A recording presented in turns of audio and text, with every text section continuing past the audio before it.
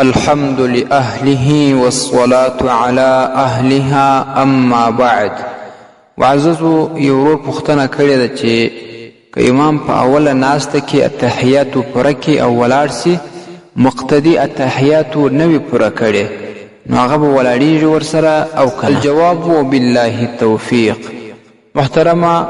که امام په اوله ناسته کې التحیاتو پوره کړي وي او ولاړ سي او مقتدي التحیاتو نوي پوره کړي، نو دا مقتدي دی التحیاتو پوره کړي، وروسته دی بیا په امام پسې ولاړ سي چې تر څو التحیاتو نوي پوره کړي په امام پسې به نه ولاړېږي.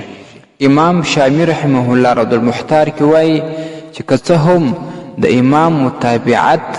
فورا بغیر د تاخیره واجب دی چې ځان پکې ونه کړي د امام متابعت وکړي، لیکن فإن عارضها واجب،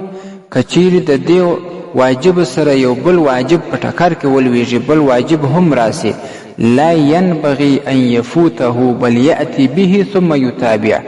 نو نشای چې دغه واجب دی بیا پاته کول سي، بلکې دا واجب دی پرسي د دې وروسته د امام متابعت وسي، لأن الاتيان به لا يفوت المتابعة بالكلية. نو چې کله دې دغه واجب التحیات وویل بیا په امام پسې ولاړ سوې، نو دواړه واجب ادا سوه، خو د امام متابعت واجب و، صرف هغه کې لږ ځنډ رالی، نور هغه پاته سوی نه دی، دواړه واجب باندې په دغه ترتیب عمل راځي.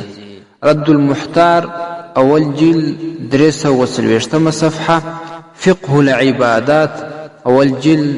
88 صفحه، مراقي الفلاح اول جلد 251 صفحه. السلام علیکم ورحمة الله وبرکاته.